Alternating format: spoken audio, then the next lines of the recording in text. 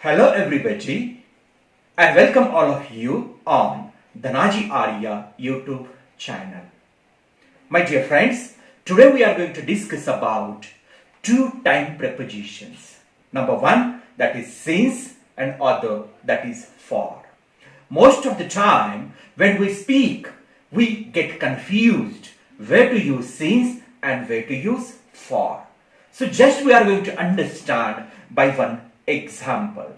Let's see this video, then we can understand how to use since and for. Hi.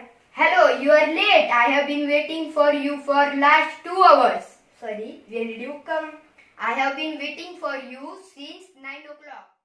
In the conversation of Varun and Soham, Varun used two sentences. Number one, I have been waiting for you for last 2 hours. Yes, for last 2 hours. And in second sentence, he used I have been waiting for you since 9 o'clock. Since 9 o'clock. Means what is this? Since and for. Since and for.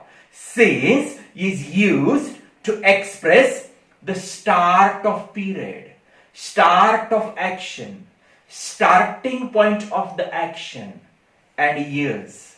For is used to express the span or a period of time.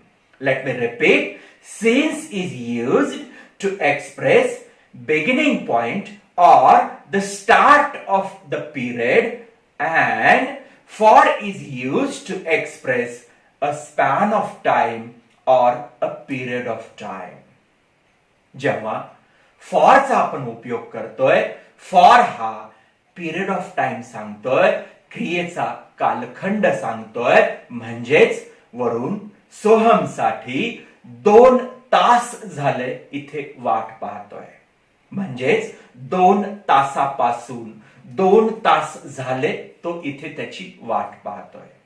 आणि दुसऱ्या वाक्यामध्ये त्यांनी सांगितलंय I have been waiting for you since 9 o'clock.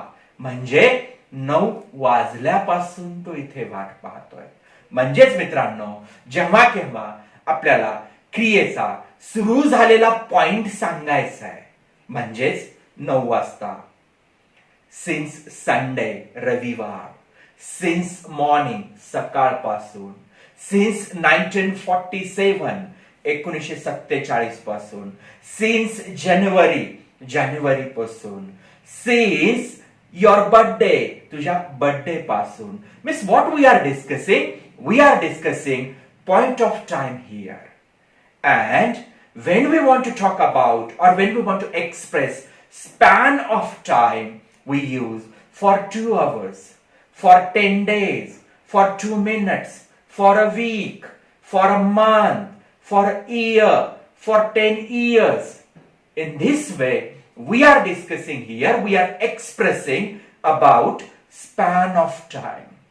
So, to understand it, one more example we can have. I have been speaking in front of you. I have been speaking in front of you since 9:30. And I may say the same example by using for. I have been speaking in front of you for last 2 hours. So when I want to express or when I want to get the meaning from both the sentences, since expresses my action began at 9:30, still it is continue. At the moment of speaking, it is continue. And in second sentence, my action means that for 2 hours means my action began at 9:30 and right now आता 11:30 झालेले आहेत आणि 2 तास ही क्रिया चालू आहे आणि अजूनही ती क्रिया चालू आहे. तर अशा सिच्युएशन मध्ये आपण फॉर वापरतोय. One more example. मी लातूरमध्ये 1995 पासून राहतोय. Let me repeat. मी लातूरमध्ये 1995 पासून राहतोय. म्हणजेच I have been living in Latur since 1995. Since 1995 म्हणजे 1995 पासून मी लातूरमध्ये राहतोय. हेच एक्झाम्पल जर मला राहण्याचा स्पॅन सांगायचंय, ड्युरेशन सांगायचंय, तर मला असं म्हणता येईल, I have been living in Latur for last 25 years.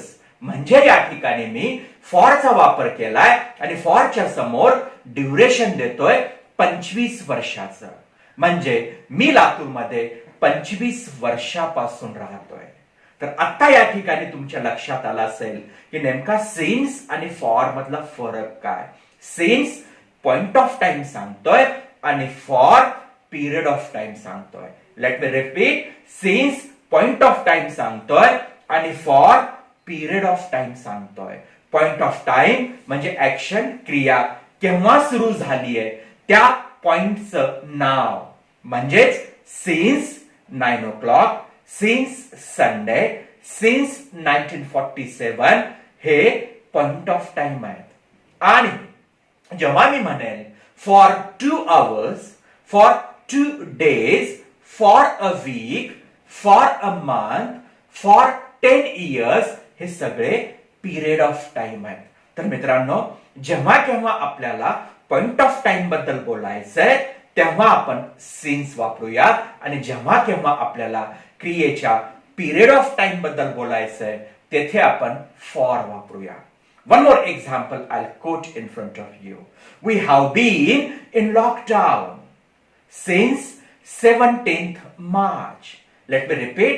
We have been in lockdown since 17th March. 17 March पासून आपण लॉकडाऊन मध्ये आहोत. हेच एक्झाम्पल जर मला फॉरचा वापर करून बोलायचं असेल तर 17 मार्च पासून आजच्या दिवसापर्यंत आपल्याला काउंट करावं लागेल आणि आपल्याला ते दिवस महिन्यामध्ये तो स्पॅन सांगावा लागेल आणि हेच वाक्य आपण असं म्हणू शकतो, we have been in lockdown for last 123 days. For last 123 days. तर या ठिकाणी काय केलंय, सिन्स च्या समोर आपण डेट दिली 17 मार्च आणि फॉरच्या समोर आपण 123 दिवस म्हणजे या लॉकडाऊनचा आपण स्पॅन दिलाय. सिन्सने आपण लॉकडाऊन केव्हा सुरुवात झाली ते आपण सांगितलं आणि फॉरने आपण लॉकडाऊनचा ड्युरेशन किती झालाय तो सांगितलाय. आत्ताही लॉकडाऊन चालू आहे आणि हे 123 दिवसाचा ड्युरेशन आपण या ठिकाणी फॉरचा वापर करून करतोय.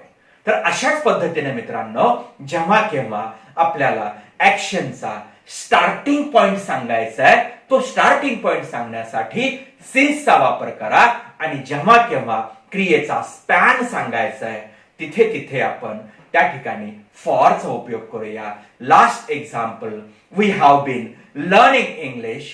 We have been learning English since 2000.